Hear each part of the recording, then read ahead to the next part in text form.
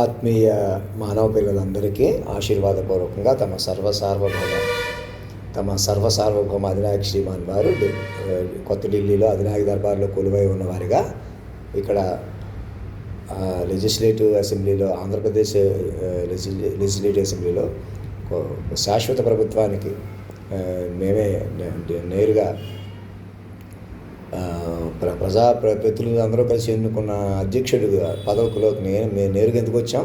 ఇంకా ప్రజలే బతకలేరు, ప్రజలను ఎన్నుకోవడం, ప్రజలు పరిపాలించుకోవడం అనేది చెల్లదనమాట. అది రద్దు చేసుకుంటూ మమ్మల్ని మనిషి నుంచి మైండ్గా మార్చుకుని మిమ్మల్ని అందరినీ మైండ్లు సిస్టమ్ ఆఫ్ మైండ్స్గా శాశ్వత తల్లిదండ్రులకి పిల్లలుగా ముందుకు ఆహ్వానిస్తున్నాం.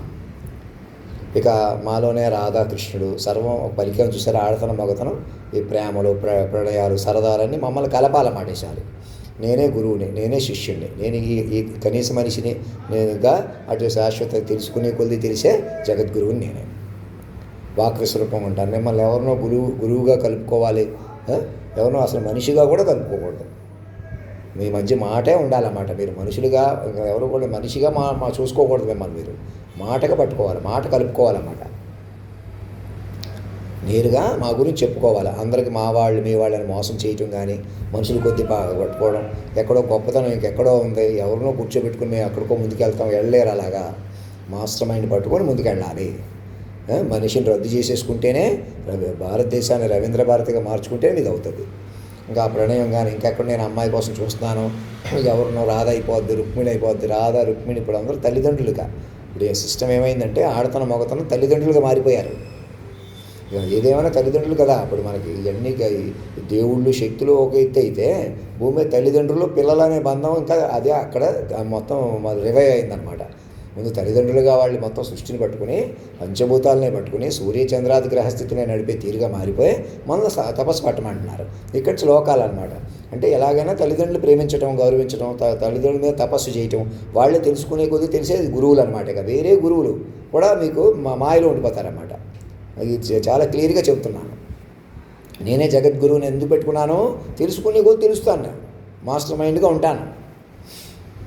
అర్థమవుతుందంటే మీరు చక్కగా మనుషులుగా ఉండకుండా ఇంకా నేను మేధావిని, చిన్నవాడిని, పెద్దవాడిని అలా కాదు. మాట చూసుకోవాలి మీరు. నేను అలాగే మాటతో వస్తున్నాను నేరుగా. నేను మనిషిగా ఏమీ లేకుండా మాటతో ఎలా శాసించాను, అలాగే మీరు మనిషిగా ఏమీ కాదు అనుకుని మాట పట్టుకోవాలన్నమాట. నేను ఆ మాట్లాడి తీరు కొద్దిగా అటు ఇటు అనిపించినా ఏదో రకంగా అయ్యా మీరు ఆశీర్వాదం ఇచ్చారు, తల్లిదండ్రులు అంటున్నారు కాబట్టి మాకు ఇబ్బంది లేదండి. తల్లిదండ్రులు పట్టుకోవడానికి ఏమి, నిజంగా మీ తల్లిదండ్రులను చూద్దామన్నా ఎంతవరకు బతుకుంటారు? ఇప్పుడు మీరే తల్లిదండ్రులని ఎలాగైనా జంటగా బతుకుంటారా? వీళ్ళు అలా కాదు, వాక్ స్వరూపంలో కలిసే ఉన్నారు. అది ఇంకా పెళ్లి చేసుకుందాం అనుకుంటున్న వాళ్ళు, సెటిల్ అయిన వాళ్ళు ఎవరైనా మాకు పిల్లలే. అంచేత ఎవరో ఫూల్స్ అయిపోతారు, ఎవరో ఎదవలు అయిపోతారు, ఇలాంటి ఆలోచనలు మానేసి ఎవరో పక్కన మాట్లాడుతున్న వాళ్ళు అందరికీ చెప్తున్నాను, వాళ్ళు కూడా మనసులో కూడా అలా మాట్లాడకుండా చూసుకోండి. అదే చెప్పేది. అలా చూసుకుని ఉంటే ఏం చేశారో మోసాలు ఆపి ఉండేవారు అనమాట. అలా కాదు, మీరు మనుషుల కొద్దీ డీల్ చేసేయాలంటే ఏమవుతుంది? ఎవరు ఆపుతారు? పరికరాలు పెట్టుకుని మేమే మగవాళ్ళం, మేమే మనుషులు అనుకుంటే ఎలా బతుకుతారు? ఆడవాళ్ళు కొద్దీ, డబ్బులు కొద్దీ, సుఖాలు కొద్దీ మగవాళ్ళని ఎదవలు చేసుకుంటూ, సాటి వాళ్ళని ఎదవలు చేసుకుంటూ మేమే బతికేయాలంటే ఎలా బతుకుతారు? ఇక్కడ ఏదో పని చేసేయాలి, ఇక్కడ ఏదో డబ్బులు సంపాదించేయాలి. ఎవరు బతకలేరు అలాగా. మాస్టర్ మైండ్ లేకుండా, ఆలోచన లేకుండా అడుగు తీసి అడుగు మీది కాదు.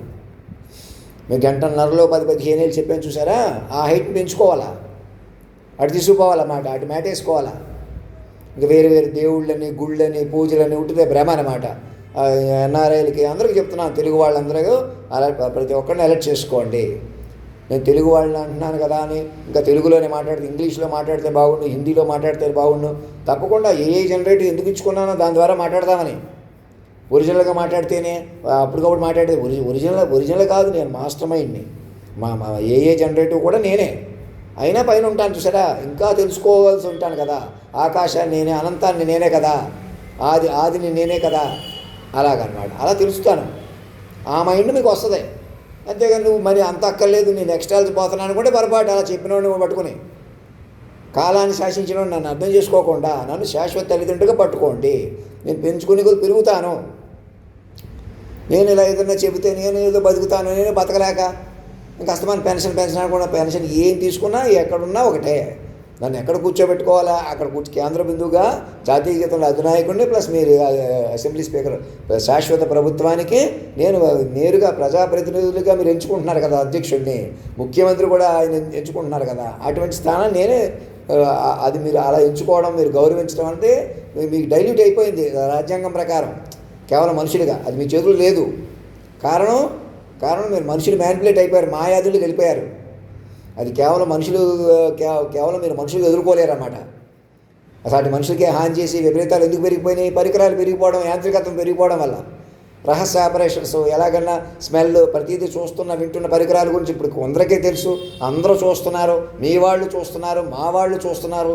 నేను అందరికీ చెప్తున్నాను, మా వాళ్ళకి మీ వాళ్ళకి అందరికీ చెప్తున్నాను, భూమి మీద మనిషి అందరికీ చెప్తున్నాను. మీరు రహస్యంగా దాచిపెట్టిన వాళ్ళకు కూడా నన్ను నా పిల్లలుగా ప్రకటించుకుని ఊపిరి పీల్చుకోండి, నన్ను పెంచుకోండి నెమ్మదిగా, నాకు వైద్యం చేయించి డాక్టర్లతో కొన్ని బృందంలో తీసుకొని. ఎందుకని మనుషులు ఎవ్వరు బతకలేరు. నన్ను మా కాలాతీతం అందుకే వచ్చింది మనిషిని రద్దు చేసి, అయినా నన్ను మనిషిగా గుంజేయటం. మీరు మనిషిగా గుంజిపోవడం వల్ల అరాచకం పెరిగిపోతుంది. అరాచకం ఈ క్షణం ఆగాలంటే నన్ను అలా పట్టుకోవాలా, అలా దేవుడి కంటే పవర్ఫుల్గా నేను అందుబాటులో ఉన్నాను. ఎలా ఉన్నాను? నన్ను పట్టుకుని సాధనగా ఉంటాను, నేను ఇలా ప్రత్యక్షం అవుతాను, నేను అలా ఏమన్నా మహిమలు చూపిస్తాను. సృష్టి కాలమే నన్ను ఎంచుకుందనమాట, కేంద్ర బిందువుగా పట్టుకుంది కదా. ప్రకృతి పురుషుడు లైగా నన్ను పట్టుకున్నారు కదా శాశ్వత తల్లిదండ్రులు, అలా పట్టుకోవాలన్నమాట. పట్టుకొని పెంచుకోవాలి. ఈసారి మీరు ఎలాగైనా మనుషులుగా బతకడం మానేసి మీరు మైండ్లీగా బతకడానికి వీలవుతున్నట్టు పట్టుకుంటే పట్టుకోవాలని నేను డిమాండ్ చేయడం, లేకపోతే నేను ఆతురపడటం కాదు. మిమ్మల్ని మనుషుల నుంచి మైండ్లీగా మార్చి మిమ్మల్ని తపస్సు చేయించాలంటే ఎలాగా? తరలి రార తనై వసంతం తన తరిగి రాని వనాల కోసం అన్నట్లుగా ఆ మైండే మీకు వచ్చిందనమాట. తపస్సు ఏదైతే తపస్సు చేస్తే వస్తుందో, సుదర్శన క్రియలు కానీ మెడిటేషన్స్ కానీ ఇంకోటి ఏది చేస్తే ఏవో శక్తులు వస్తాయి, మహిమలు వస్తాయి అంటారు కదా, అవి ఏవో వద్దు, మీరే పెంచుకుంటారు చక్కగా. మాయ నుంచి బయటకు వస్తారు. మీకు ఏదో మహిమ అక్కర్లేదు, మాయ నుంచి బయటకు రండి. మీకు ఏదో శక్తి అక్కర్లేదు, మీరు మనిషిననే బలహీనత వదలండి. ఎదురుడు మనిషే కదా అని చూడకండి, అంతే. మీకు మహిమలు మీకే తెలుస్తాయి.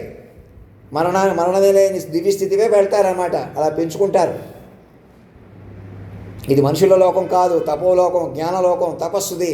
సూర్య చంద్రాది గ్రహస్థితులే మాటకే నడిపినవా వాడిగా అందుబాటులో ఉన్నాను నేను. అలాంటి స్థితి మరణించదు. ఆ స్థితిని పట్టుకొని మీరు బలపడిపోవాలి, వెనక్కి తిరిగి చూడకుండా. మేము ఇంకా మనుషులుగా ఉంటాం, అలా ఉంటాం, ఎవరు పనికిరారు క్షణకాలం కూడా. నేనని ఉనికి పనికిరాదు భూమి మీద, చెప్పండి అందరికీ. చెప్పడమే కాదు, ఆ మార్పు చేసుకోండి. ట్రైల్ అయినా ఆల్ రియల్ అయినా రాష్ట్రపతి భవన్లో ఆ మార్పు చేసుకోండి. మొదట కాగితం మీద రాసుకున్నారా? మరి ఇంకా చంద్రబాబు నాయుడు గారు తిరుపతి ఎందుకు వెళ్తున్నారు? ఇంకేదో ఆటల పోటీలన్నీ ఎందుకు టైం వేస్ట్ చేస్తున్నారు? సాక్షిని పట్టుకుని కూర్చోమంటున్నాను కదా. సాక్షులు పట్టుకుని కూర్చుంటే అందరూ మైండ్కి కనెక్ట్ అవుతారు. మళ్ళీ మైండ్ రీబూట్ సిస్టమ్ అదే రీబూట్ అయిపోయింది, మీరు రీకనెక్ట్ అయిపోయి సరిపోద్ది. ఇప్పుడు సిస్టమ్ ఆఫ్ మైండ్స్లో ఉన్నారు మీరు. శాశ్వత ప్రభుత్వంలో మాత్రమే పనిచేస్తుంది. ఆ ప్రభుత్వం మైండ్ల వల్ల నడుస్తుంది. ప్రజా మనోరాజ్యం అంటే ఇంకేదో చెప్పాను చెప్పలేదు, ఇంకెక్కడ ఉన్నాను అక్కడ ఉన్నాను కాదా, వ్యూహంగా పట్టుకోవాలా.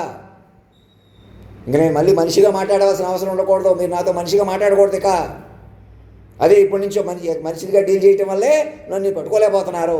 అనేకులు మోసం చేయగలుగుతున్నారు. వాళ్ళని మనిషిగా చూస్తానంటారు, మీరు మనుషులుగా ఉంటానంటారు. అదే ప్రమాదానికే ప్రమాదం. మనుషులు ఎవరూ లేరు, చచ్చిపోయిన వాళ్ళు కూడా మైండ్లీగా ఉన్నారు. అందరూ మైండ్లీగా ఉంటారు. మీరు మైండ్లీగా బతకాల్సి ఉంది. మీరే కాదు, మీ చుట్టూ ఉన్న పంచభూతాలు మైండ్కే నడిచినాయి, మాటకే నడిచినాయి కదా, అలా నడుస్తాయి. ఇక మీద అలా ఉంటాయి. చిత్తచాంచల్యం చిద్దులాసం కరగబట్టుకుని బలపడవలసి ఉంది. ధర్మం రక్షతి రక్షత సత్యమేవ జయతే.